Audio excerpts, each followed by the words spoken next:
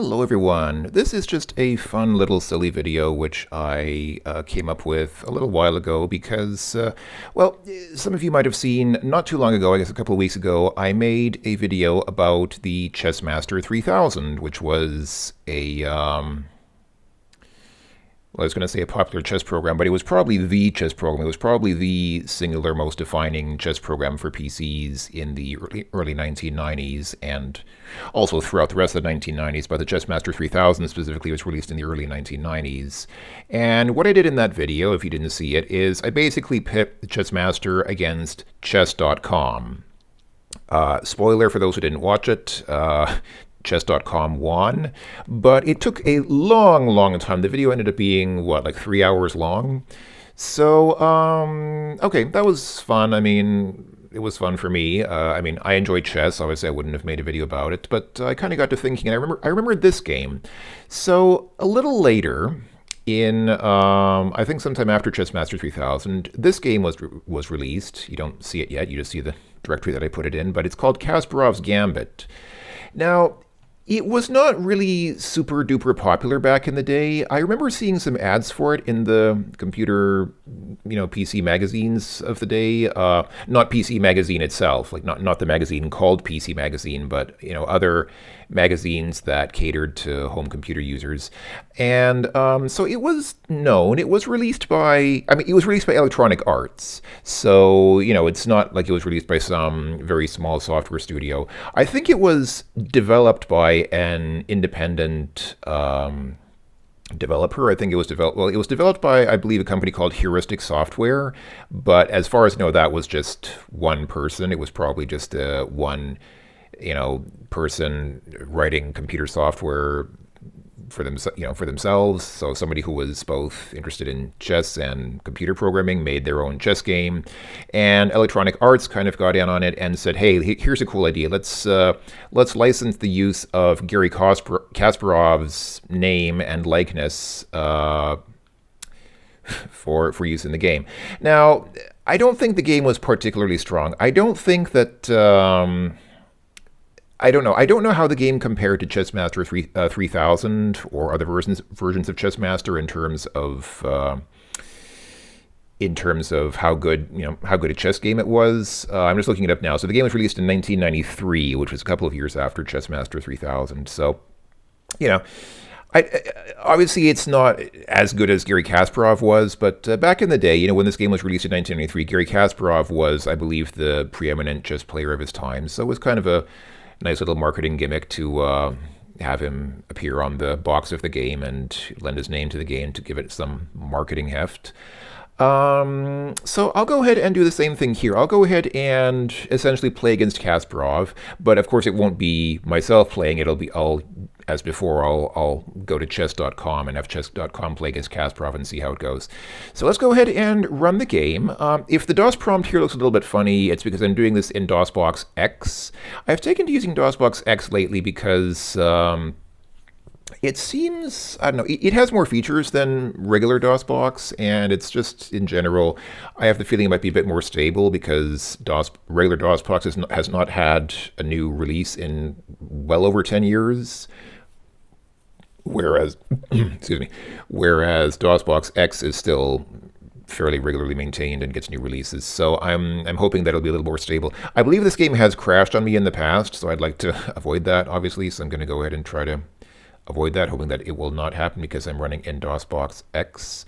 And, just before I run the game, I'm going to go ahead and tweak the CPU cycles. I'm going to increase the number of CPU cycles. So it's the default in DOSBox tends to be 3000. Let's go ahead and crank that up to, I don't know, I think I mentioned in a recent video, I tend to use 18,000, and I don't really know why. I don't know how I came across that number because obviously 20,000 could work just as well. I just kind of like to use 18,000. I don't know. It seems like maybe it's my lucky number. Who knows? Anyway, let's go ahead and run the game.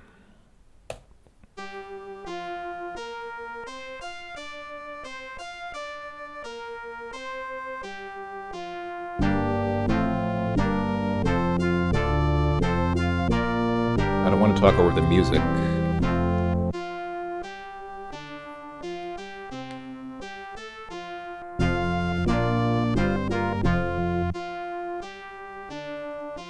wonder how long the music goes for. Is this the whole piece? So the music you're listening to, of course, is the introduction to Pictures at an Exhibition by Russian composer Modest Mussorgsky.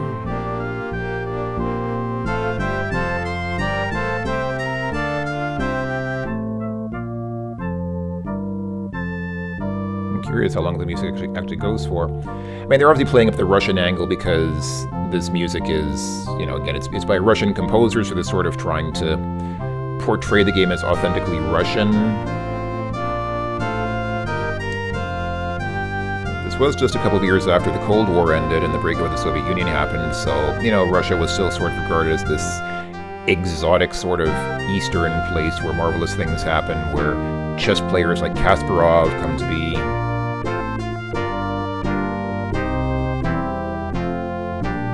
So they're obviously playing up the Russian angle with this music. I just want to see how long the music goes now. Okay, I guess that was it.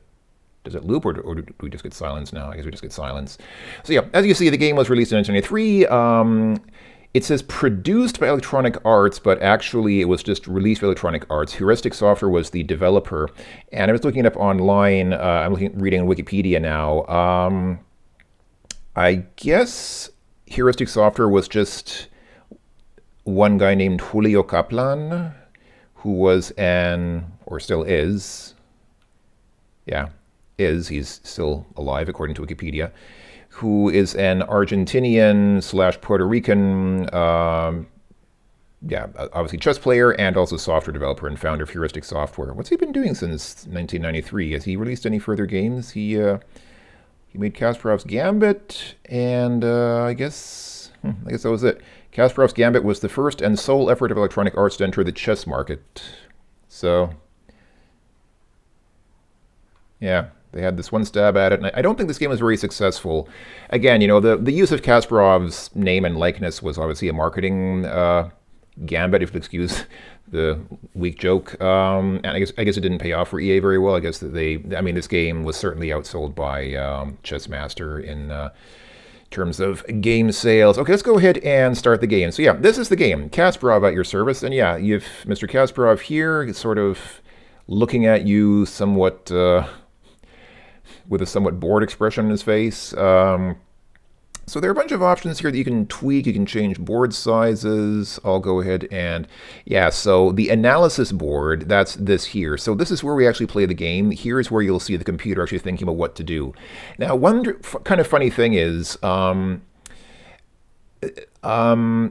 see what the computer is thinking here. It'll actually show you what moves it's contemplating, and it'll give you some information here about what's going on in its brain, so to speak. One kind of funny thing that I've noticed, I think the game tries to keep its moves to about 15 seconds, so I'm expecting this to go much faster than the Chessmaster 3000 video. Again, the Chessmaster 3000 video dragged on for an insanely long amount of time. It took like 5 minutes for the computer to make a single move, and so the whole chess game lasted like 3 hours in total. This, I think, will go much, much faster because the game really seems to try to limit its thinking time to 15 seconds.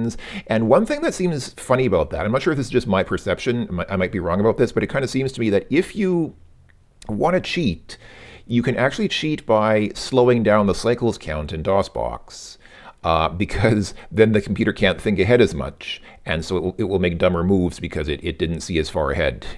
It's kind of a funny little detail. I don't know if I'm right about that. So, look at this. We got like a whole glossary here about some history here about chess. I mean, I'm not gonna read all this. I don't want to take too long with this video. I don't know how long the actual gameplay will take. But that's interesting. So we can ask it. Okay, let's have it rate our games. I mean, it's not going to be my game anyway. It's going to be chess.com's game. Let's go ahead and have it rate the game. I wonder what move smart is. I'd like to know what move smart is, but I'm going to leave that off because I don't know what it is. And yeah, you can change to 3 different styles of notation. I'll leave it at the default long because I like long things. Lol. You can change it to a 2D, 3D board, reverse board, change. Oh, you can change the piece set. Oh, that's cool. Oh, so you can have like, wait, can I change like marble pieces? Or are these already marble pieces? Okay, can I change to then wood? Can I get some wood? Didn't seem to work. Didn't seem to change anything. Okay, I don't know. Not gonna worry about that too much. See, you have like this coach. I mean, the whole idea, the whole sort of selling point behind this game was that Kasparov would teach you. He wouldn't be just your opponent. He would kind of coach you and teach you to be, you know, a world grandmaster chess player. I don't know how effective the game is, honestly. I mean, I'm not a huge chess player. I know how to play chess. I'm not terrible at chess, but I'm not, you know, I was never like a world class player. I was never like somebody who would really, let's look at the credits.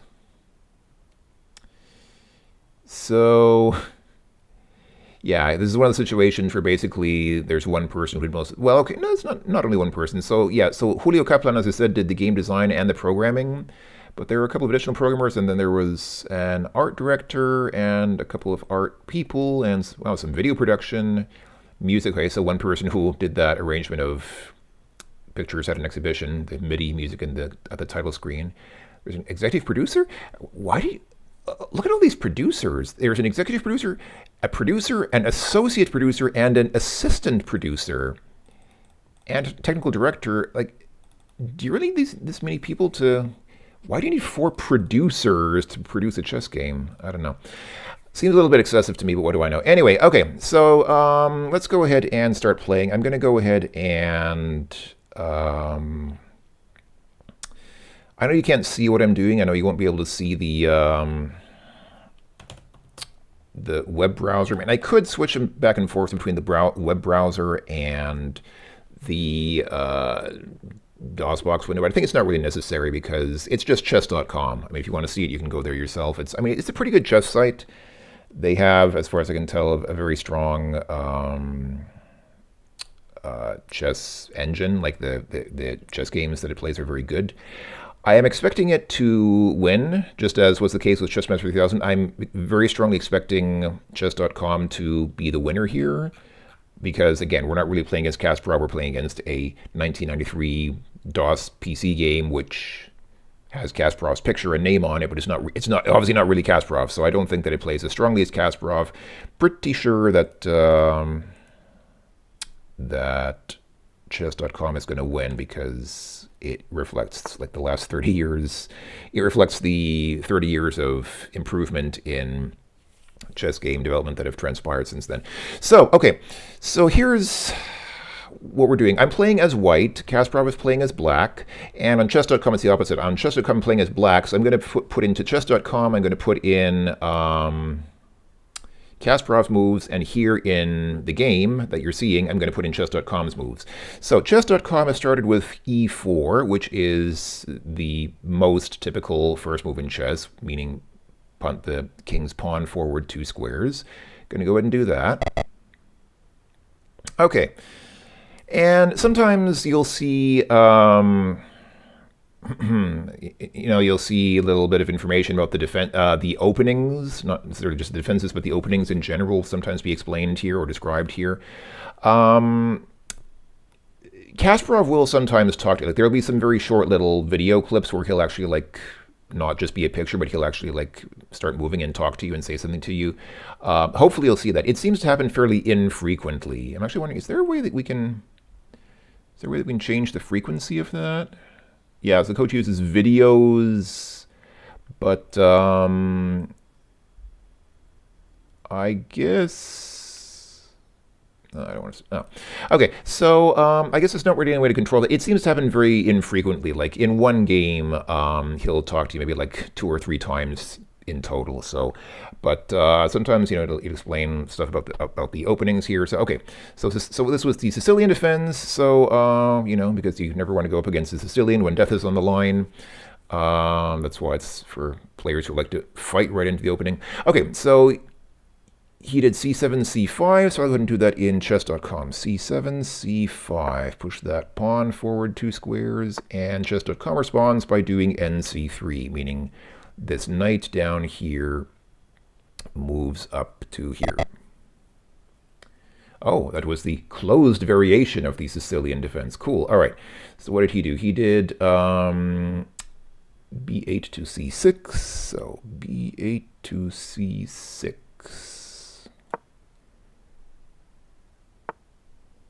Okay, chess.com did g3. That means this pawn went forward one square.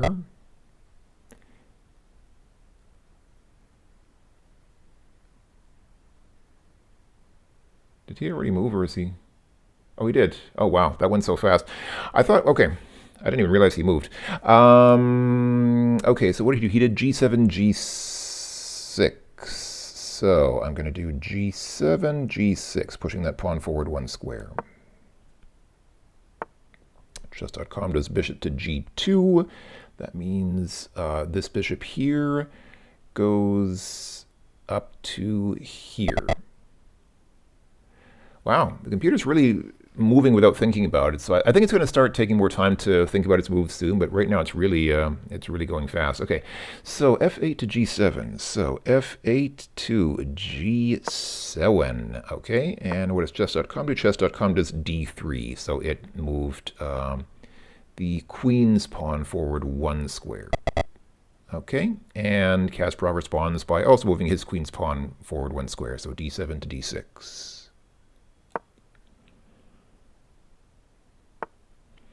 Chess.com does bishop to e3, so it takes this other bishop here and moves that bishop up to here. Okay, e7, e5, so that's e7 to e5. That pawn went forward two squares. Chess.com advances its queen forward one square, like so. And you can see here, this is showing you what the computer is thinking. So now it's actually thinking. Now it's, so depth is 6. So it's, oh, now it's up to 7. So it's thinking 7 plies ahead. It's thinking 7 moves ahead, and it's trying to figure out the best, yeah.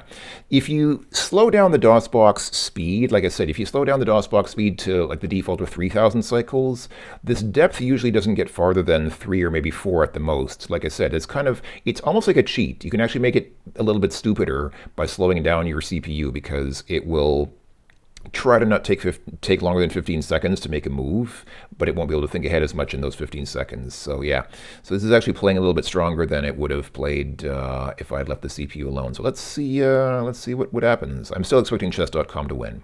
Still expecting that we will prevail against Kasparov, but let's see what happens. So g8 to e7, g8 to e7, yeah, like that. Okay.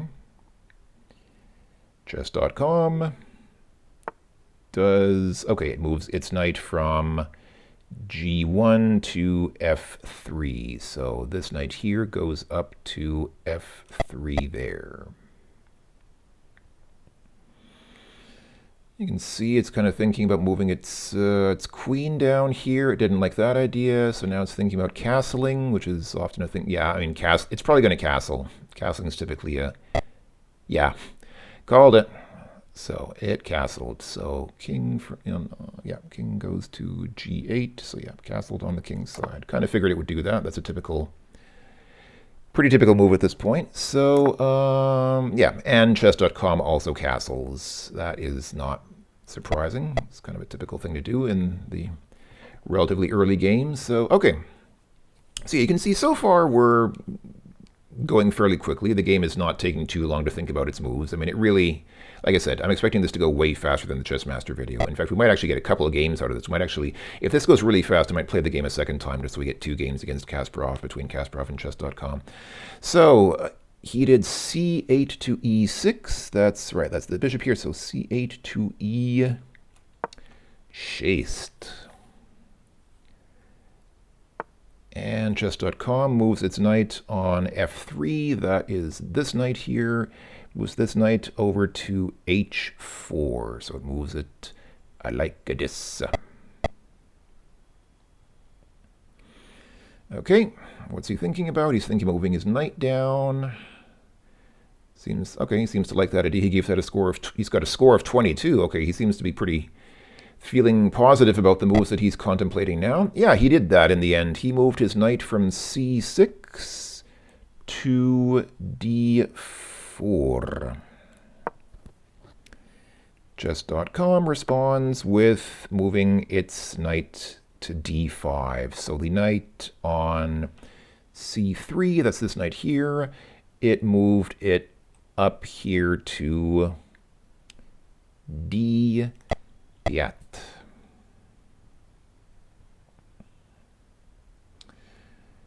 Practicing Russian and chess with Kasparov. I actually don't even know how to pronounce his name properly. Is it? I mean, English speakers usually say Kasparov, but I don't even know. The Russian words and names have kind of irregular, what's the word? Intonations or emphasis. And they're sometimes kind of counterintuitive for native English speakers. So it could well be not Kasparov, but maybe Kasparov or Kasparov. Or, I have no idea. I have no idea how to actually pronounce his name in the proper Russian way. English speakers just say Kasparov. All right, so he did e7 to d5. So e7 takes that knight on d5. Okay, so Kasparov gets in the first attack. Kasparov does the first capture, and chess.com counters by capturing with the pawn on e4. So that's this pawn here. So this pawn here takes that knight that just captured. Oh, wait, no, it was the other knight that captured, wasn't it? I think it was the. Or was it this knight? No, I think it was this knight that captured, yeah. Anyway, tit for tat. One knight gone, the other knight gone. All right. Kasparov's thinking about it now. He's kind of developing his game plan. He's got a score of 28. He seems to be feeling pretty good about the moves that he's got in his mind. All right, e6 to g4. So we have e6, that's the bishop. Bishop on e6 goes to g4. And chess.com responds by moving that. Okay, so it slides its rook over. So it slides its rook from a1, so that's the rook right here in the corner, slides it all the way to e1. So right next to the other rook there, like so. Okay.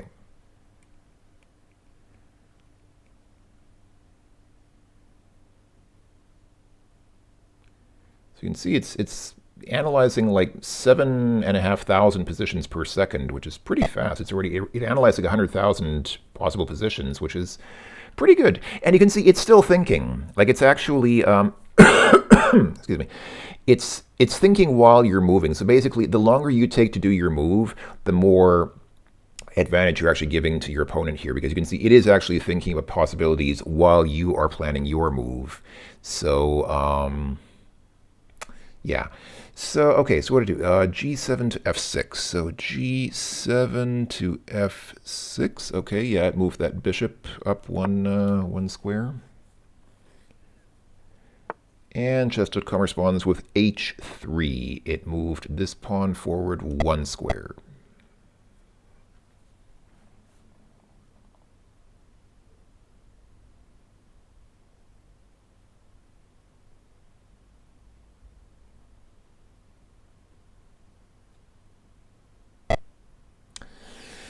Okay, g4 to d7, g4 to d7. So he retreated or retracted that bishop a little bit, which seems like a defensive thing to do, but that's all right.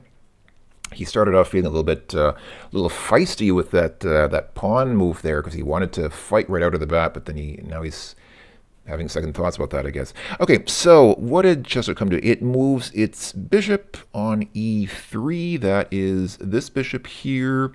It takes this bishop and moves it up to h6. So right up here.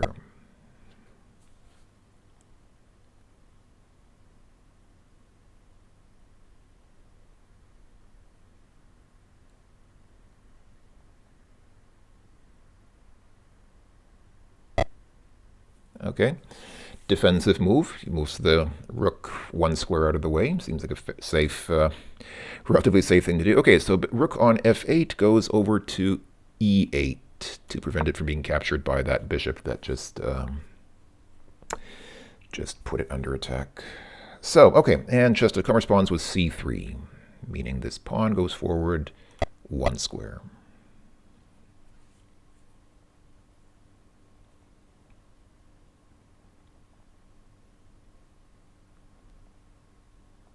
So far, we've not heard from Kasparov. He's not had much to say. I thought he might have said something about that bishop pinning down the rook thing. I mean, that wasn't like an especially brilliant move, but I thought he might have said something about it, but he didn't. He's not very talkative, which I guess is intentional. I mean, you know, it's not ChatGPT. He's not supposed to be like it's not like a chat with Kasparov, but it's you know, it's nice when he says something. Like that's the whole gimmick of the game. The whole gimmick is that he'll make little comments about your. I mean, really, the whole thing is just a series of videos. There is a set of pre-recorded video files in the game's directory, and that's it. It just picks one of those files to play in response to particular events. So when it thinks you made a good move, it'll play a video of him saying, "Well done." And if you didn't do something so good, then he'll say something like, "Are you sure about that? You want to maybe reconsider that." Okay, so what did he do? F6 to H4. So F6 is again that bishop, and it goes up to H4. That means, oh, he captured that knight. He captured that knight with the bishop. Okay, cool. Fair enough. Probably gonna, yeah. Oh, I thought it, okay, interesting. I thought they might capture that bishop with the pawn on G3, but no, chess.com captures with the pawn on C3. It instead chose to capture this knight here. Okay, fair enough. I'm sure chess.com has its reasons for what it does.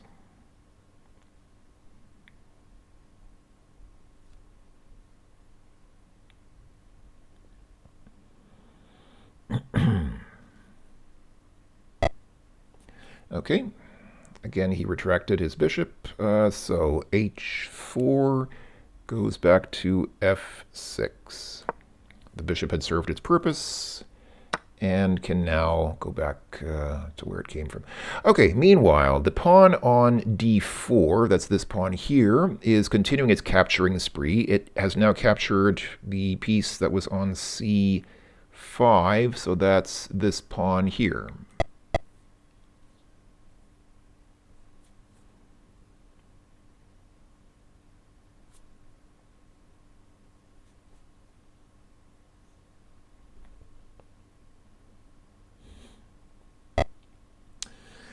And yeah, reasonable move to make. He captures using the pawn on D6. Pawn on D6 captures pawn on C5. Revenge! And chess.com responds by advancing its rook forward 3 squares. So the rook on E1, that's this guy here, went forward 3 squares to E4.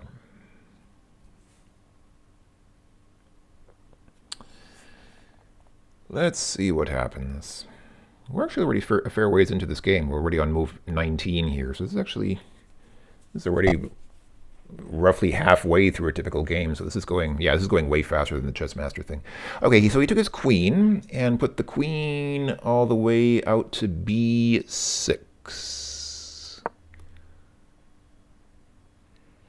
Chess.com responds with B4, playing a still sticking to advancement of pawns, still being a little bit cautious with pawn advancement, but now being so bold as to put the pawn forward 2 squares instead of 1. Absolutely savage. Chess.com gone wild. It moved its pawn 2 squares instead of 1. All right, so the bishop goes from D7 to F5. Seems like a reasonable move thus far. And what is chess.com going to do? Oh, chess.com retracts its bishop. So this bishop that it pushed all the way up here retreats to E3.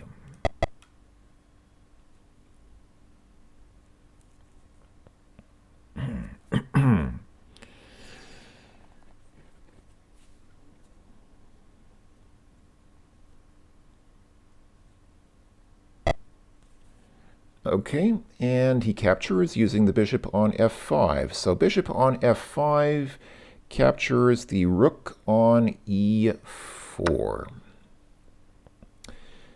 That was a pretty good move. Taking a rook is a good win. And what happens? The pawn on b4, that's this pawn here, goes ahead and captures on c5. So pawn takes pawn.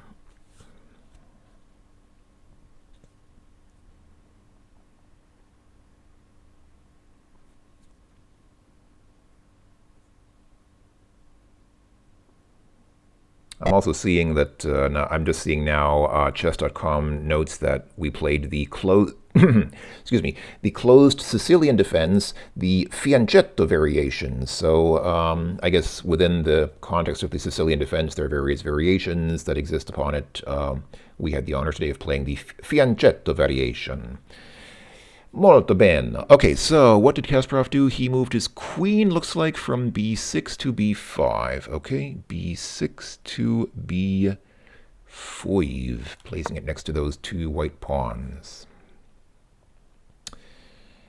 And chess.com continues its streak of aggression using the pawn on d3, that is this pawn here, to capture the piece on e4, which is this bishop here.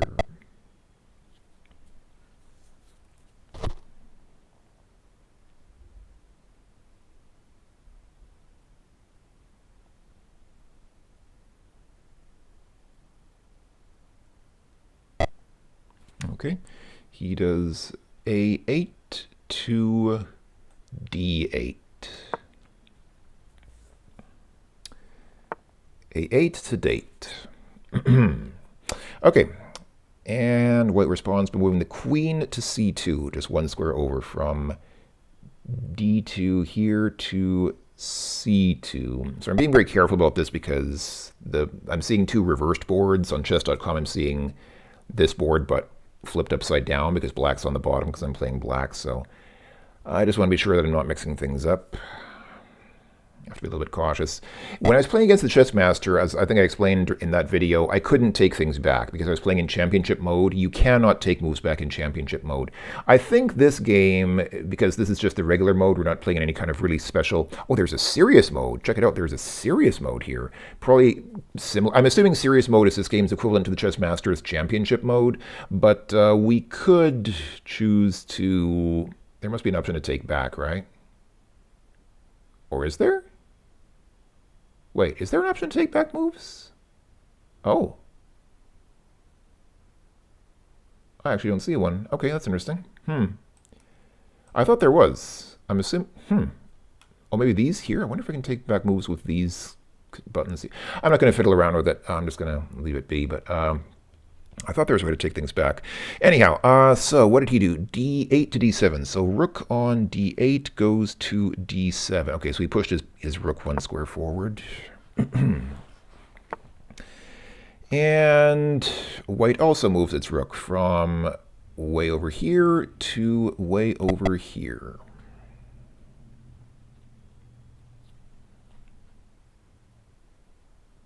You can tell I didn't play this game very much. I didn't have this game when I was a kid. I had Chess Master 3000 when I was a kid, which is probably the better game overall. Not that this game is bad, but, you know, Chess Master was the preeminent chess game of the day. So, queen goes from b5 to a5, okay? And chess.com does h4. That means this pawn goes forward one square.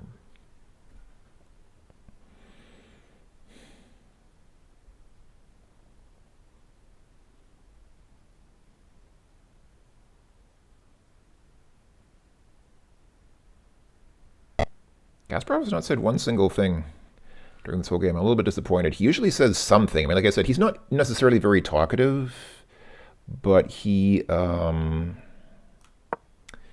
usually at least give a little bit of feedback during the game, but he's not said a word so far. Okay, so chess corresponds with d6. That means this pawn here goes forward one.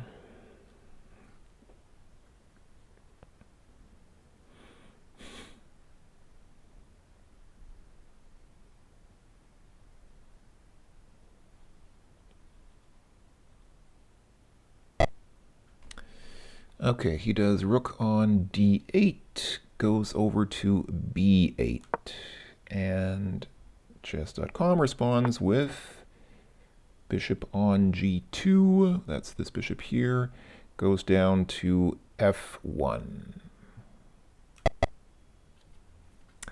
When I was testing this, like I did a test run of this before making this video, and when I was doing the test run, Kasparov got kind of cocky. Like there was a move that I made where he replied, "I'm not sure that you're on the right track now." And then when I tried to move another piece, like before I even made my move, as soon as I took one of the pieces, he suddenly jumped in and said, "Are you sure?" Like saying, "Are you sure you want to, move that piece?" And then, 3 moves later, he offered his resignation. He asked, "Can I resign?" So, yeah, a little bit embarrassing. I'm not getting that this time. This time, it seems like the play is a little bit more.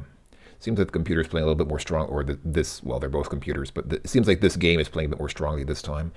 Okay, so d7 to d8. So, okay, so that rook went back again one square. And white also retracts a little bit by 1 square. It pulls its bishop on e3. That's this bishop here. That bishop goes down to d2. That means down here.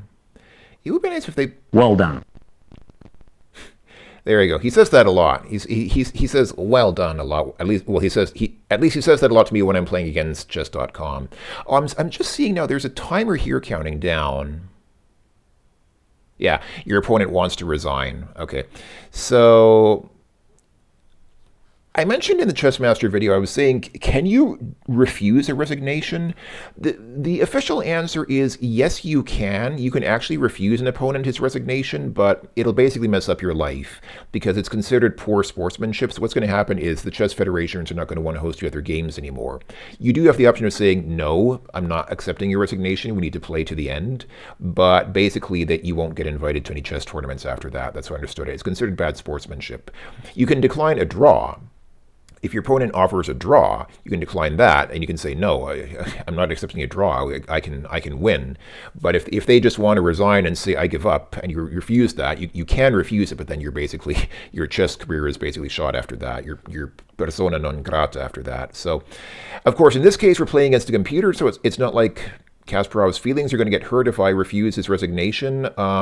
So I'm actually I'm going to go ahead and say no. Looks like a winning now.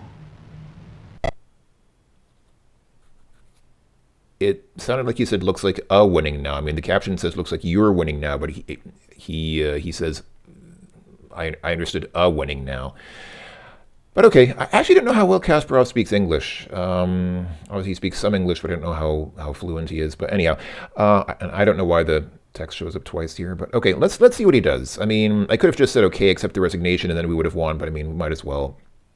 Like I said, he's not a real person. His feelings are not going to get hurt if in this game if I refuse his resignation. And I just realized this timer counts down when he does his move. So I guess he is actually limited to 15 seconds. So theoretically, you could actually. I wonder if you could. No, we saw this before. I wonder if you could somehow time controls. Yeah, this is a blitz game, that's why. Okay, I see. So I guess this is like speed chess where moves are limited to 15 seconds. Okay, so we could actually, if we wanted to, we could play like a deeper game where he thinks longer about the moves. Okay, that's interesting. I'm inclined to not do that because I think we're going to have another repeated situation that we had before where the game lasts like 3 hours. So let's just keep it to this. I mean, it would be interesting to see what the game actually does, but I'll keep it to this. Okay, so he did a5 to a3. Again, if I were actually playing against Kasparov in real life, I would allow him to resign. I would accept his resignation because that's the gentlemanly thing to do. You don't want to force your human opponent to play on, but in this game, no one's going to know. Well, I'm putting this video on YouTube so people are going to know, but I don't think Kasparov is going to take it personally because it's not actually playing against him. I'm playing against a computer, so I don't think... I'm not so sure that you're on the right track now. So there we go. So now he's questioning our wisdom. Now he's saying, I'm not so sure that you're on the right track. So he just said, looks like you're winning. And now suddenly he's saying, are you sure about that? I think you might be on the... Might be auf dem Holzweg. Wait, no, that's German. He's not German. I don't know what the Russian equivalent would be. Anyway, okay, so he pulled his queen back one square. So queen on a3 goes to a4. Okay, and chess.com does bishop from f1. So this bishop here goes all the way up to b5. That is here.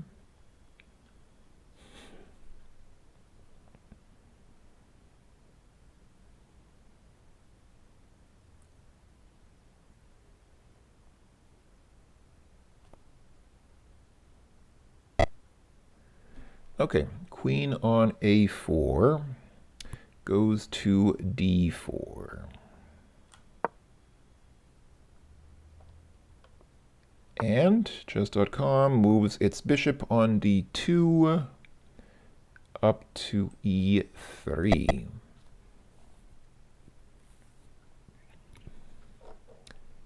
Is it really normal to play with your bishop this much when you're playing chess? I mean, I've played chess and I don't usually move my bishops that much. These AI opponents really like to play with their bishops. Okay, so the queen goes down. Okay, that's an interesting move. So a little bit aggressive there.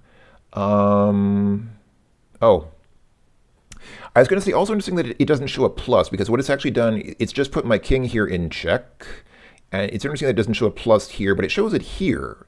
So for whatever reason, it doesn't show it in the moves list here, but it shows it on the move list here, because plus means check.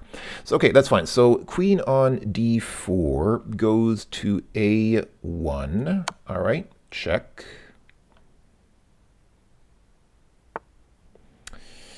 Yeah, that seemed like a predictable move. So chess.com takes the rook from b3 and pushes it down to b1.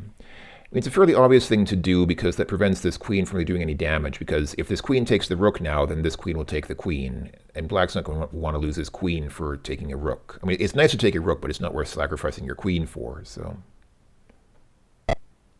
Oh? But it did it anyhow. It's interesting that it did it anyhow. So...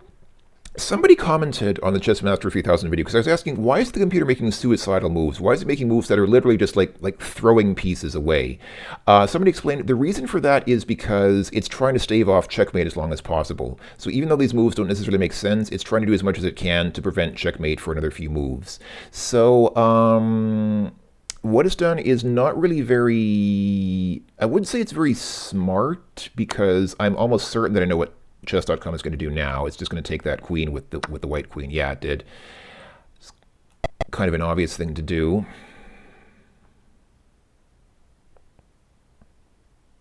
Yeah, so black is so the computer here is basically desperately trying to prevent checkmate for as long as it can. And okay, it moves its king forward to g7. That's piecewise, actually. Okay, so the queen goes up to b3 now, so up to here. Piecewise, I mean, white is kind of disadvantaged because it's lost both of its rooks and both of its knights, but it still has its queen. And even though black has both of its rooks and a bishop, I think piecewise, white still has the advantage because it still has its queen, and the queen is super powerful. Okay, so b7 to b6, b7 to b6. Why did they make the queen the most powerful piece on the board? That was feminist already, like hundreds of years ago. Okay, so pawn on c5, that is this guy here, captures the pawn on b6.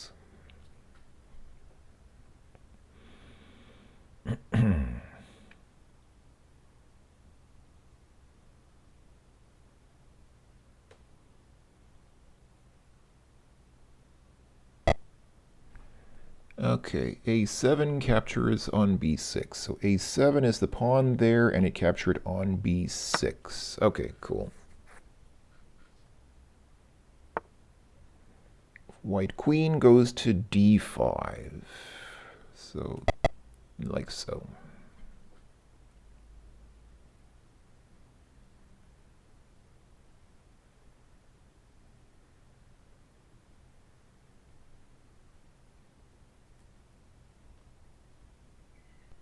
Well done. Thank you, sir. Спасибо, господин. Even though it wasn't really I making the move, it was chess.com, but I'm sure chess.com feels better now. Chess.com got an E-Woody because of Kasparov's comment. Okay, chess.com punts its pawn forward on d1 square forward to here.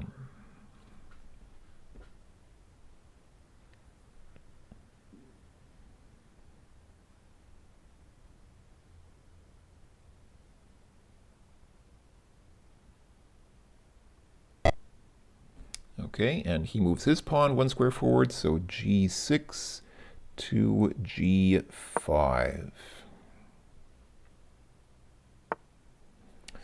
Chess.com takes the bishop from b5, that's this bishop here, and moves it to c4.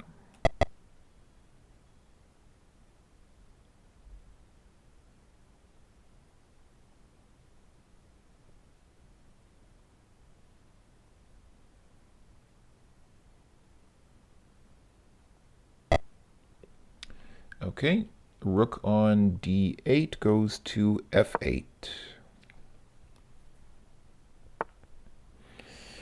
h5, so this pawn goes forward one square, thus.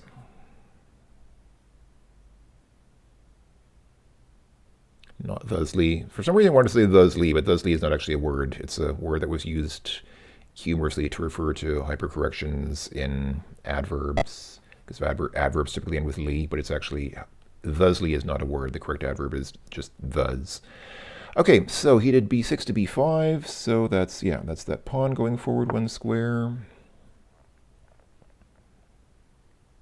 I'd like to know what's gonna, yeah, I was gonna just about to say, I'd like to know what's preventing this bishop from just doing that, because it's covered by the queen. So I mean, if this rook takes the bishop, then the queen's going to take the rook, which is not going to be a win for black.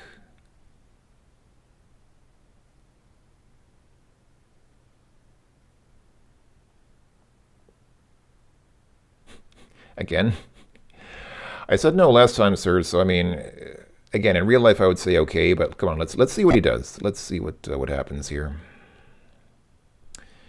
f8, h8.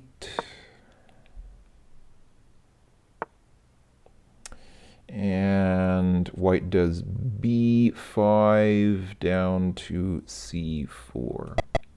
Again, if you ever find yourself playing against a grandmaster, or not just a grandmaster, but anyone, oh, look at the scores that he has now, almost minus 2,000. So he realizes that he's in a pickle. He realizes that he doesn't have much chance to win the game at this point. If you ever find yourself in a game against someone and they want to resign, let them resign. It's very rude, very rude to say no. I refuse your resignation. So, but in this game, because for entertainment purposes, we'll go ahead and allow the computer to experience a bit of rudeness. So e3, that's this bishop here, goes up to c5.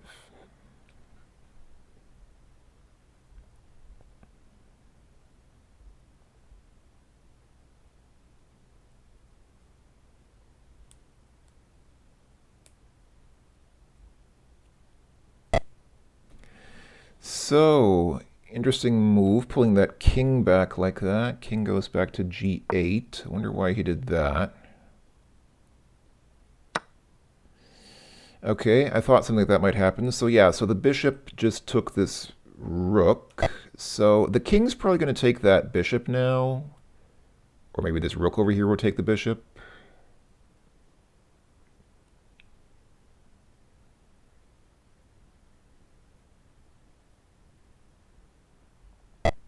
Yeah, it did. Okay. Okay, that's fine. That was to be expected. So the rook captures the bishop. Not too surprising. And white does a4. So this pawn goes forward 2 squares.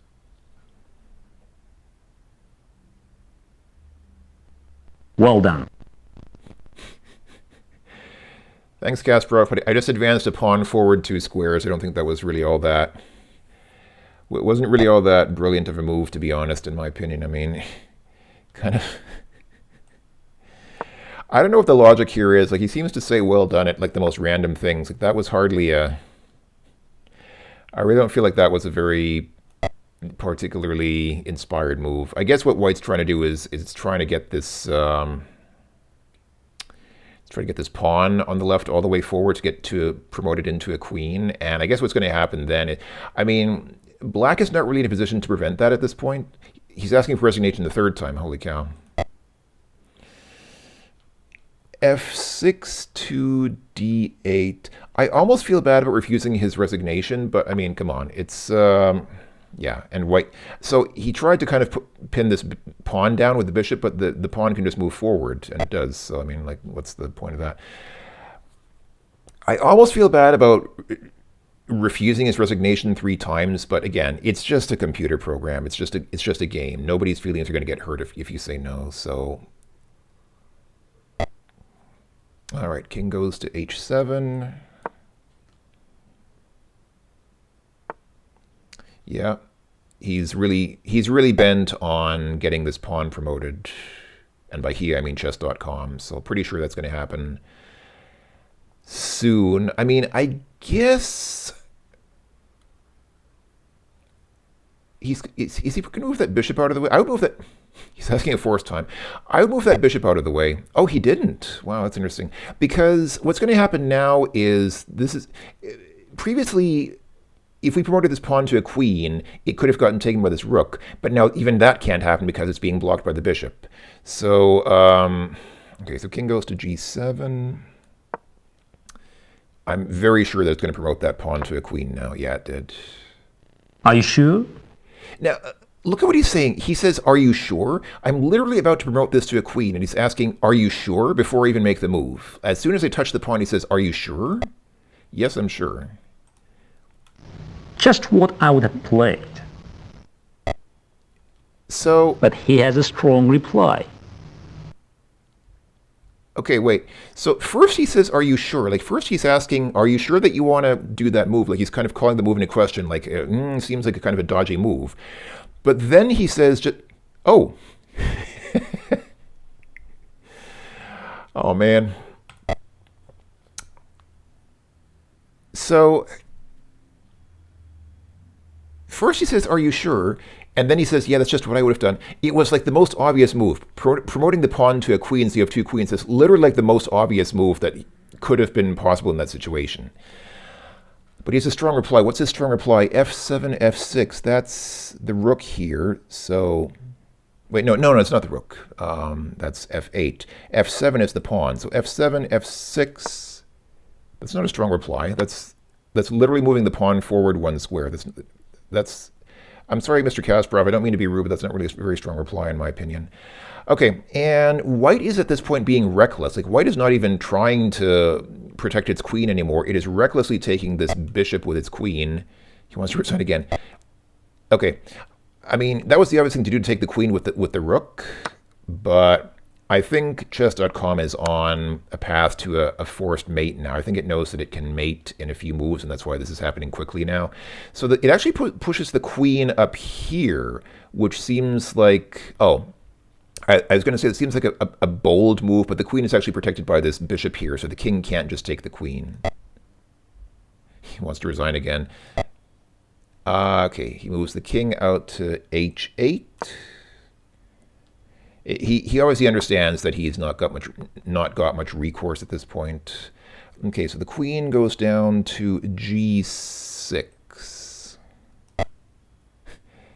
He's asking to resign with every move now. I almost feel bad. Like I said, I almost feel bad about telling him no, refusing his resignations, but I just want to see what happens. Okay, so the rook captures on d7. Okay, and Congratulations. That's a checkmate. thanks, Mr. Kasparov. That's a checkmate. All right.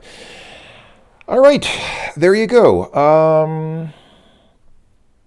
I guess that's it. Like I said, I was thinking of playing a second game. I was thinking of playing a second game between these two AI players, but this actually went on longer than I expected it to.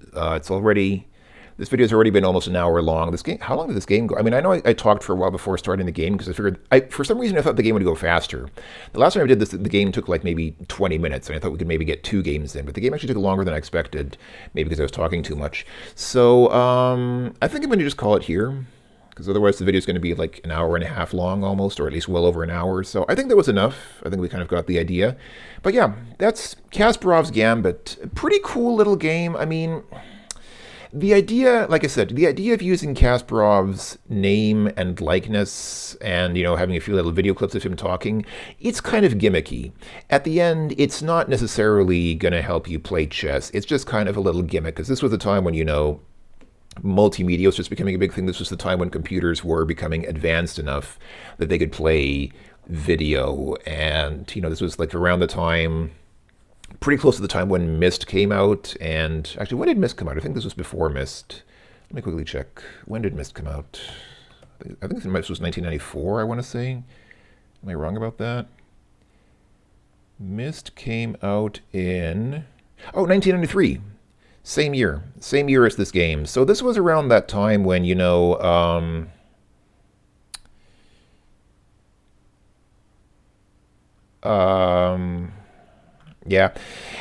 This was around that time when small little video clips like this were common and becoming common in games. I mean, it's still not full screen video. I mean, being able to play full screen video is still a little bit farther off, but being able to play a video in a little window like this with, like not live, but streaming video, was kind of new at this point. That was still something they were kind of trying to capitalize on. So it's kind of cool having the little videos play and having them say, well done, that's just what I would have played. That's a checkmate. But again, it's a gimmick. I mean, if you're a serious chess player, you're not really going to care about that. You're going to care about how strong the engine is. And I don't know how strong this engine is compared to the Chess Masters engine. I guess they're both pretty good, but yeah, I don't know. As far as actual playing strengths go, I don't know. I do note, looking at chess.com, hold on, chess.com rates your game at the end. It says we made 0 mistakes and 0 blunders, but it says 1 miss.